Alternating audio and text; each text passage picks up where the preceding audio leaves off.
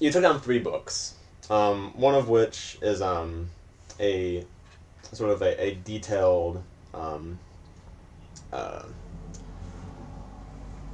like it's sort of it's like crudely put like an instruction manual in Indian orgiastic activities. Okay. Another is like a collection of like scholarly essays of cults in the United States and sort of activities and tracking stuff. And the other one is a collection of sort of what you take to be or sort of Jewish mysteries. It's called the Kabbalah. Yeah. So what do you want to read?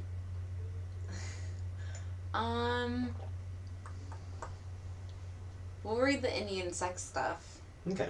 So, kind of like flipping through the Indian sex book, you see that it's really just almost like it's. Or my little sensibility is just. I'm sure, and that's for you to decide. It's depicting people in, very very naked people, in ways that you'd never even like thought possible. Like, I didn't know like that could even like work like that. Like, how does that work? Kind of like those are the kind of thoughts like going through your head where it's obviously very strange, but crudely put again, like it's almost sort of like a picture book, more or less. Like it's a very long, big book, but it's essentially pictures just like and short descriptions of different positions and processes and stuff like that. Talks about like tantric sex. Okay, so she's obviously beet red at this point. Yeah. And she just puts it down. She just puts it down. Oh dear. And she picks up another book and puts the Indian one away because she doesn't know how she feels about that. She has very mixed feelings about it. Well, I mean, it's especially, I mean, kind of to make a small point, it's like you and your husband, as we kind of discussed beforehand, have had relations of the adult kind. Of the adult kind. But it's just kind of like his personality. It's been fairly rough and crude, as it were. Like it's nothing fancy or anything like you've just seen. So not rough is what you're saying. Not rough, but crude. Yes. He is a gruff man. So the other 2 books you have are a collection of sort of like essays of cult activities and the Jewish Kabbalah. Okay, let's read the cult stuff. Right. So the cult, it's a small sort of like paperleaf collection. It's like just like a very roughly published collection of scholarly essays. But you sort of like flipping through this one. These are written by people who are not necessarily like professors or like PhD people. Like they're just sort of like independent researchers.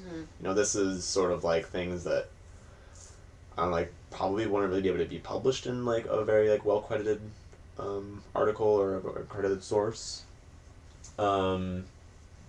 But it seems that most of these people are talking about various sects that Sex? It's all sex. This is just his porn library. SECTS. Okay? SECTS, yes. Within the United States that engage in human sacrifice. Okay.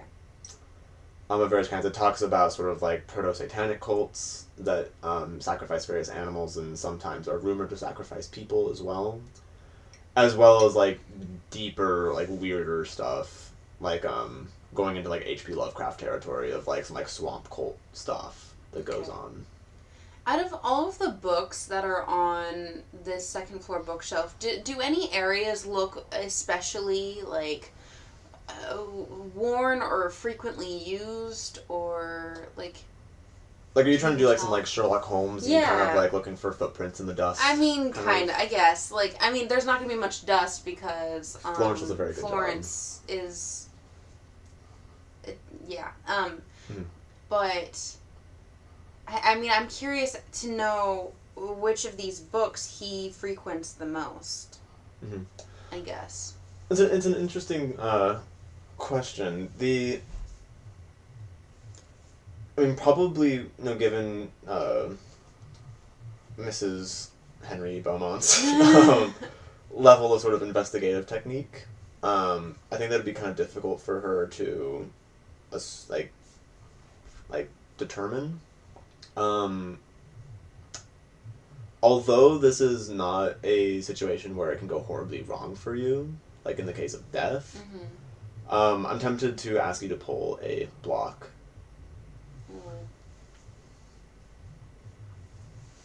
In fact, I'm not tempted. I'm saying if you want to try to make that determination, go ahead and pull a Jenga block. It's already so wobbly. Remember, you can only ever touch it with one hand as well. Oh God! I don't want to die.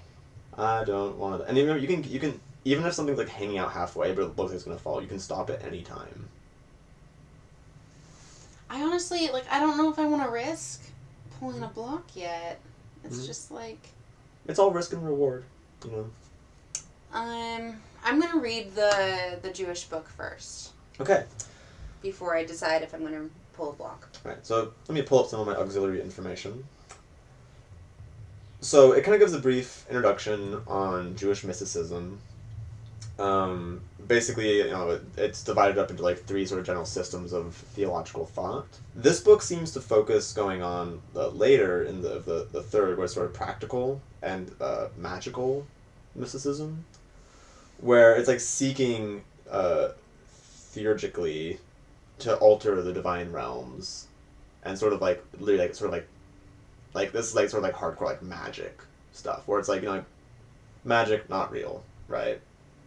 But it's like sort of like that belief where like your connection with Yahweh can like literally you can sort of work that connection and not necessarily perform like miracle levels things like the prophets, but you can do things like animate golems.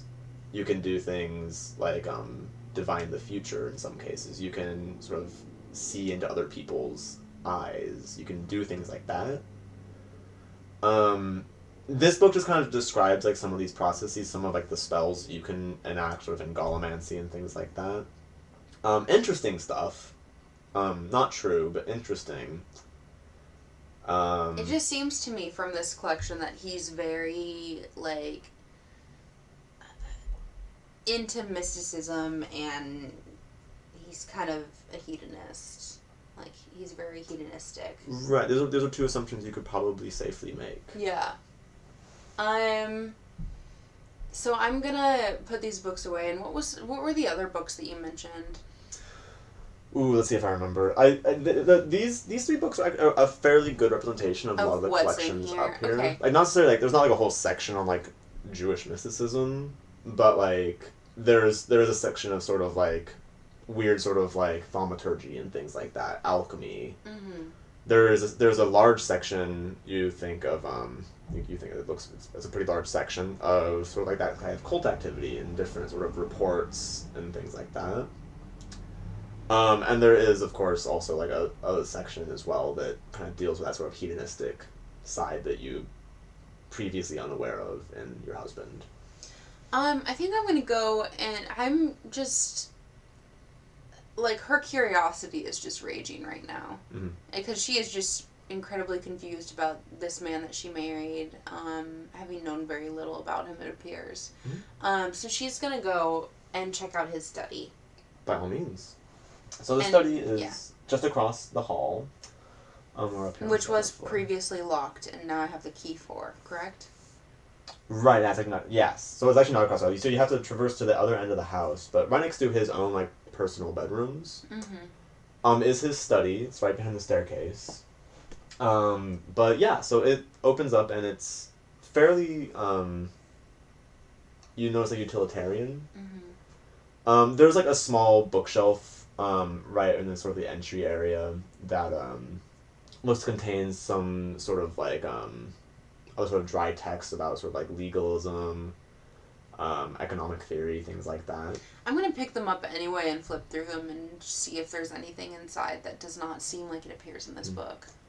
At first glance, like unless you want to do like a methodical search of everything, you kind of pull a few off, kind of flip through. Yeah, I'm kind of like frantically looking, being like, who is this man that I married now? Absolutely. Yeah. Like, I'd be kind of in freak out mode right now myself. Yeah. These books all seem to be legit though. Okay. From what you're looking through, like you flip through and they seem to be law. Text. I'm gonna try to put them back in the order that I found them to the best that I can. Easily done. They're like numbered volume series. Okay.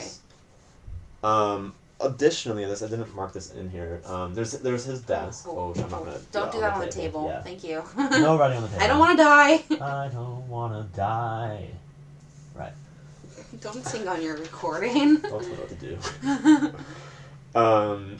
There's a big fireplace with a mantle. They're kind of back to this sort of main central pillar of the house. There's also the fireplace links up with down in the dining room. So that there's that. The mantelpiece. You see this at first glance. It looks like it has like some like small frame portraits on it. Above the fireplace, there's like a huge fucking like ostentatious like oil portrait of himself. With like hand tucked in the breast pocket. Very like aristocratic looking. Yeah. Probably done. You think about in some time in his past. Like he looks like a young man in this. Still jet black hair at that point, and less sort of sag, as you would say maybe. I'm gonna go to his desk. Right. So his desk is set up. There's a small lamp on the desk. There's sort of like a paper, like just like some like looks like some like letters and things like that. Arranged on the left hand side of the desk, and then obviously drawers going down to the floor on the right hand side. I'm gonna leaf through the papers carefully and just look at them, glance at them. The papers look to be from various sort of investor type people. What are the investments? The investments are in overseas shipping, like trade stuff. So some of them, I mean, a lot of them are sort of like it looks like to be a sort of like through private merchants. It looks like, I mean, just from your vague understanding of what these are about, it looks like Henry in some way sort of facilitates more or less sort of like import tariff kind of like things, and managing when a foreign person wants to buy a ship like on U.S. soil or something like that. Like that's kind of what he documents and manages, judging from these fishermen, things like that. You don't seem to notice anything that's super recently dated, and you don't seem to notice anything about about Washington D.C. Okay, I'm gonna look at are the drawers locked? They are. Does the key work? It does. It does. I'm gonna look through the drawers. Okay. The top drawer, there's 3 drawers. Yeah, I'm going top to bottom. Right. So the top drawer seems to kind of just be like a collection of various sort of like pens and pencils and stuff like that. There's honestly not a whole lot in it. So they're kind of like rattling around a little bit. Like there's literally maybe about like 2 pencils and like sort of like a fountain pen in there. In the drawer underneath is larger. It looks like it's kind of got like various sort of like inkwells. That's like seems to be where he keeps his paper, like his like sort of like formal letterhead. And down in the bottom drawer, it looks like it's a collection of several more like heavier books. Again, this one looks to be concerning directly maritime law. I'm gonna open it up and flip through it. Like I'm gonna glance at the inside. Like I'm just gonna see if there's anything in there that doesn't seem like it's. Because I've heard of those books that have like hollow things in them. That have it cut out. So I'm gonna look. Yeah, no, there's all sorts of things that mysteries you could have with desks. This, however, I've read some mystery novels. Oh yeah, like this is well known. In fact, I hope you have. But this book seems okay. Like you sort of like leaf through it and like nothing like falls out or anything like that. But and looking through it, it's fairly like dense text. Like there's like no pictures. There's a few sort of like diagrams, like written like sort of like taken out of the text and things like that. But otherwise, it's like, chapter 1, subsection A, subsection 1, Yeah. paragraph 3, lines 3 to 7, quoting maritime law, things like that. Okay. And it all seems to be like that? Yeah, you sort of flip through, like a random selection of pages, and it seems just like sort of be like a dense text book. Okay. I'm gonna put it back. I'm gonna lock everything back up. Mm-hmm. I'm gonna go and check out the fireplace, see if there's anything hidden around it or in it. Mm-hmm. I mean, I'm not like a high class girl. I'm from like after my parents died, I lived pretty poor, so like I'm not afraid to like touch ash if I need to look through this kind of stuff, yeah. Are you looking like in the actual fireplace? Like, up and behind. You know what I mean? Like she's very suspicious at this you're point. You're like of, actively who is this man? searching the place. To see like what else he was hiding from her, kind of a thing. Because this clearly is not what she expected from this man that she married, and it feels like a breach of her trust that she didn't know this about him. Mm-hmm. So yeah. Okay. So you go to the fireplace, and before you get down and dirty and things like that, you notice that arranged along the top of the mantelpiece, there's a collection of, like I said, like sort of like a framed portraits, like photographs. Okay. What are in them? Mm-hmm. Well, 2 of them you see they look to be fairly old, like very early sort of like lithographic like prints of a man and a woman. On the backs of them it says Beaumont on both of them. Does it say the year? It says the year 1885. Okay, About so this 50 must years be ago. his parents or probably his parents. The people in the photograph look fairly young, so you reckon they probably could have been like his parents when they were young or married. Okay. There is there's like another picture there that those are both sort of like in like sort of like pewter frames as well, like off like sort of like set symmetrically. So kind of like set underneath his big ostentatious painting of himself. But sort of sat off to the side, there is a picture in sort of a similar frame, again sort of like a pewter, sort of like silver finished frame. And it is of a young woman that you have never seen before. It looks like a more recent photograph, maybe about 10 or so years old. Okay. Flipping it over on its back in handwriting that you recognize as your husband's, it says Natalia. Okay, do I know what his ex-wife's name was? No. Okay. Are those the only pictures up here? Yes. Okay. Oh, also the photograph that's there, Natalia, has the date 1917 written on it. Oh, okay, that was only like 3-something plus years That was about ago. 10 years ago. That was 10 years? We're in like 1927-ish, sort of late 1920s. Oh, okay, it's the late 1920s. Okay, Alright, so I'm gonna, how old did she look? She looked to be maybe about, oh gosh, she probably looked like she was no older than 22. Okay. Did I find anything else around the fireplace? Well, do you want to get down and... Yeah, I'll get down and dirty now that I'm not touching anything. Right. Really. Not really touching anything. Florence is going to throw a fit if you drag any of that into the house, so... Just so you know. You know that he would. I'm just going to get one hand dirty. Alright, so you reach it at gently one hand. You kind of, like, look through the ashes. It doesn't look like there's anything that, like... No, you look through it, it looks like there's been nothing but sort of standard tinder used. Mm-hmm.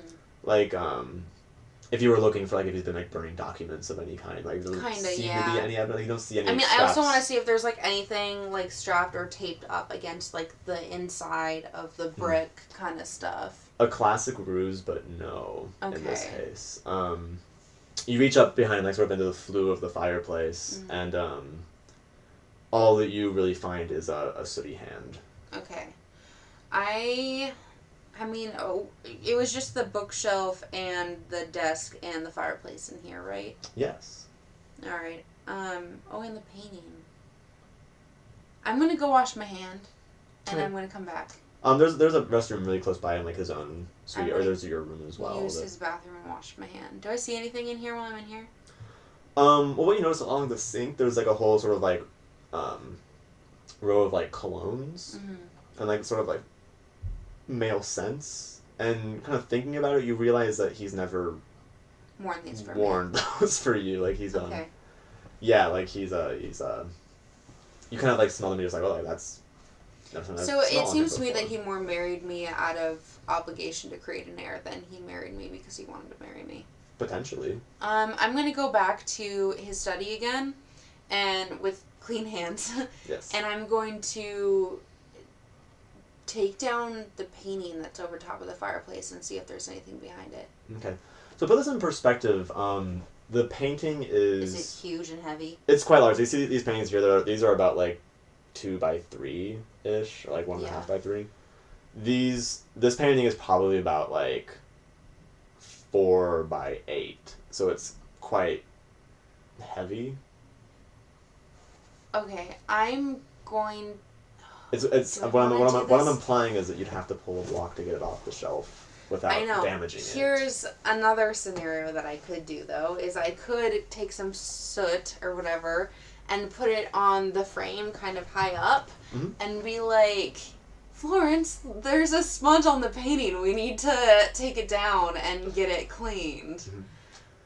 So you're proposing like climbing up like on the mantelpiece, like reach all the way up there and just like a tiny bit on like the frame. Okay. Kind of thinking about it. Is that another block-worthy thing? I think that it might be a block to get rid of Florence's suspicions. Potentially. Oh no! Dear, oh sugar. I kicked it. Yeah. I think that knowing Florence, if there was any trace of dust or dirt in this abode, that he would be on that like a fly on candy. Trying to clean it, or being like, why did you do this, kind of a thing. Trying to clean it. Like, he fastidiously tries to keep this place clean. Okay, I'm gonna go get Florence and tell him that, my husband just recently let me go and look around the place a little more. I'm gonna tell him that I noticed that there was a smudge that he must have missed on... I would say that, like, in your current, like, clothing situation, like, say Fia climbing up on the mantelpiece and shit like that, I would ask you to pull a block. What if I do it lower than, like, but then he wouldn't have to take it down. Yeah. Fuck. I don't know if that's worth it to see if there's anything behind the painting. I'm not gonna do it. Okay. I'm you haven't pulled a single block. I know, I'm chickening out. It is pretty frightening looking, though. Yeah. I must say. I think if I pulled, like, 3 blocks, I think I'd die. How good you are at checking. I think you could get more than 3 blocks out of this thing. You've already, like, identified, like, 3 that are easily taken. Maybe. Okay, so...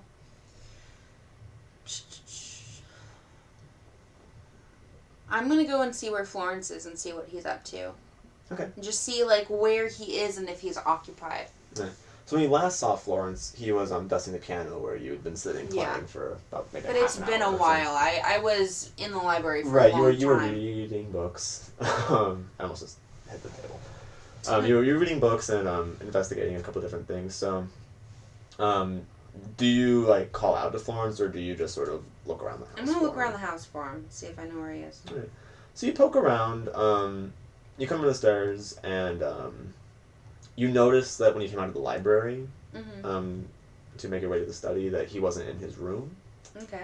It didn't sound like he was in his room or doing anything. So you think that he was probably in the kitchen, and your suspicions are awarded. When you see him in there, he has taken off his tailcoat and has like an apron on. Making lunch. He is in fact making lunch. It looks to be cucumber sandwiches. Does it look like lunch will be ready soon? Like he'll be looking for me soon? Right. So like what happens is he's basically stood behind a sort of like long like prep table. About right there, and so you come around the door, and he actually greets you and It's like, oh, miss, I was just going to come to inform you soon that lunch will be ready soon.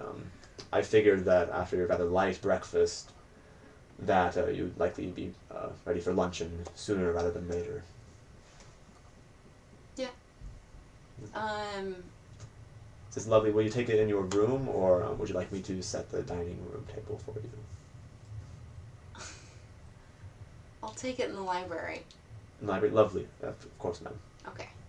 I'm going to go back to the library, and I'm going to go back to the second floor and pick out a book, bring it back down to the first floor and read it so that he doesn't think that I was up there. Mm. I mean, yeah, so, right, because it should be there's like no like tables or anything up on the first floor, just like a walkway. Yeah. So, yeah. Or on the second floor. Yes. Yeah. So, by the time you manage all that, is there like a specific kind of book that you're pulling out? For curiosity? I'm going to pull the block again to see what's most frequently... To see if I can tell what's most frequently By all means, read yeah. If you in here. go ahead and pull a block and see what... you can determine what Henry most often reads. Oh, no, not that one. That looks like... No. You can move blocks whenever you want. If something doesn't suit your fancy. Oh, you're tilting the tower. No, I was tilting it back to normal. Oh my god, why am I It's so so wobbly? jiggly. Oh, it's so jiggly. Ah. Okay. Block is set. Alright, success. So, right, so you kind of put on your Sherlock cap. And, Nancy Drew, thank you. put on your Nancy Drew cap. And give the walkway a good look around. This is a fairly old house, so the floorboards have been worn down in certain places. You wouldn't really be able to determine off of the frontings on these books. Or the But what about like frontings. the lock that the bars are? Oh yeah. So yes, so as you're sort of looking around, like you can't really tell from like the floor patterns or like where it's been worn. You can't tell anything from the gate, but when you do in fact take a closer look at some of the locks. Okay. It looks like you know how just like when you like have like a house key lock or anything like that, like eventually there's sort of like scratches and stuff, Yeah. but you sort of like miss the key just because you're a fool or whatnot, or coming home late or whatnot. But it looks like there's significantly more of that sort of wear and tear on the lock on some of the sections regarding cult activity in the United States and abroad. Okay. I'm gonna open up that panel. Right? Is that what it's? Yeah, Yeah, it's like open up that a section. section shelf. And does my block still count for specific books that look like they've been handled a lot? I would say it would, but there's not really a really good way. I mean, some of these books seem to be... the reason why it's hard to tell... Because they're old books. Is they're old books and seem to... Like, some of them have just been well-loved, some of them not so much. Which ones seem the least dusty? I understand that Florence dusts a lot, but he probably doesn't go through the bars on every single bit to get it. The you think that, in your best determination, that the book that is least dusty, sort of best well kept, or one of them at least, is several of these ones talking specifically about human sacrifice. Oh. Oh. Commercial break. So I'm gonna pull down a couple of those. Okay. And I'm gonna lock this thing back up. And I'm gonna go down. I'm gonna remember which one went where, or which ones went where. I just have like maybe two. Yeah. And I'm gonna go downstairs to a table and set up. And I'm going to grab a couple of books from downstairs. Clever. To kind of be able to hide the titles of what these books I'm actually looking at are from Florence. Sure thing. So you said about there's like several tables and stuff down there you can kind of set up at. You got like a stack of books. Trying to kind of obscure I'm the trying to be titles less of reckless now than I was initially as soon as I found out that this was going on in the house. I guess at this point, like you feel like there's like something like afoot. Yes. Like something's up, as it were. As you set up and kind of start flipping through some of the more nondescript books, and Florence comes in with a tray, with the nice little triangle sandwiches on it. Oh yeah. And those sandwiches. he sets it down next to you and asks if you would like anything to drink. He forgot to ask you when you were in the kitchen. If there's anything he can fetch you, by all means. This is the South, right? This is the I'll South. take some sweet tea. Says, it would be my pleasure, man. And he turns to go back out of the kitchen. Okay, so To the kitchen. I'm just gonna do some research here for Okay. a while. So I'm gonna look through one of the books. I'm gonna have other books open so that it looks like I'm looking at, but like, I'm gonna be looking at this book Mm-hmm. and seeing what's up with these sacrifice stuff. Mm-hmm. Well, That English was not worded English, very well. English, But that's okay. Yes. English classes. So yeah, so you kind of give these books, this particular book regarding human sacrifice, a more in-depth reading or Than what I did with the other books. right, and so it seems like the main topic of this is human sacrifice, sort of various cults in the United States and abroad that do it. I'm just fixing that block. It goes a little bit into sort of like alchemical life forces, sort of like preservation of life. And it gives several sort of like historical accounts of like things going back probably about to like the 1500s, where like alchemists have been trying to study things like eternal life, like sort of like philosopher's stone kind of things. And some of these people strayed into the area of as they would say in Dragon Age, blood magic. Do any of the pages in these books look like they have, like the folds or whatever, or are there any kind of bookmarks or anything in here? So you're flipping through this book and sort of going through it, you realize one page has been torn out. What was on the page before and after? Pages. Well, it looks like this whatever one page had been torn out was one like it's sort of like set up into a series of accounts, where it's like it'll say like in this account this crazy German man like tried to like make pacts with like the devil to prolong his life and gain fame and fortune. That was like account number like 53. And does it explain how they do that and what they do? Well, most of these are like in terms of like there's always like a price to pay. More or less, like you can't get something for nothing. You can transmute equally, but you can't just like get something for doing nothing. So in the case of like this German man, he made a deal with the devil that he would give his own soul for success and fame and fortune in his own lifetime. When did Beaumont's wife die? Do I know? You don't know. I don't even know if she died. Right. No, he hasn't really shared many of the details with it about you. You know that he doesn't like seem to be like married. He doesn't wear a ring or like there doesn't seem to be anything around the house to indicate that he is a married man. Okay. And everybody talks about how he used to be married, but no longer. Does Florence come back in yet? Yeah. So Florence comes back in with your iced tea. I'm gonna ask him. Hey, Florence, I'm just curious. Can you tell me anything about the old Mrs. Beaumont? Oh yes, the late Mrs. Beaumont. She was foreign, from Russia. Came here to the States just after the Revolution, if I remember right. She was a dancer, and Mr. Beaumont, as he does, just took a shine to this young woman and married her. And this was a bit before my time where I was away. I was, at the time, like, Florence would have been about 20 or so years old. Okay. About 10-ish years ago. He was away studying. But at the time, his father was still alive and in service to Mr. Beaumont. And basically what he tells you about Natalia is... so he says her name is yes, Natalia. Natalia. She lived here for some time when I unfortunately wasn't here, but my father was sad when she passed. But it's a right mystery where nobody ever found her. Nobody ever found her? No, it's a So she disappeared. Well, it's presumed that she is dead somewhere. All that we know is that. Whoops, excuse me, I cleared my throat. That's fine. All that we know is that one day apparently she walked off into the swamps and never came back. Into the swamps? Yes, just the swamps north of here. From the house.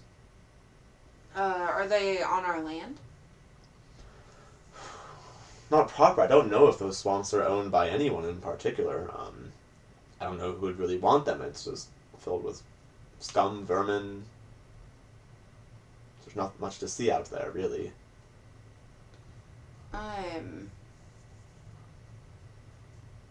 Well, do you know what she was like?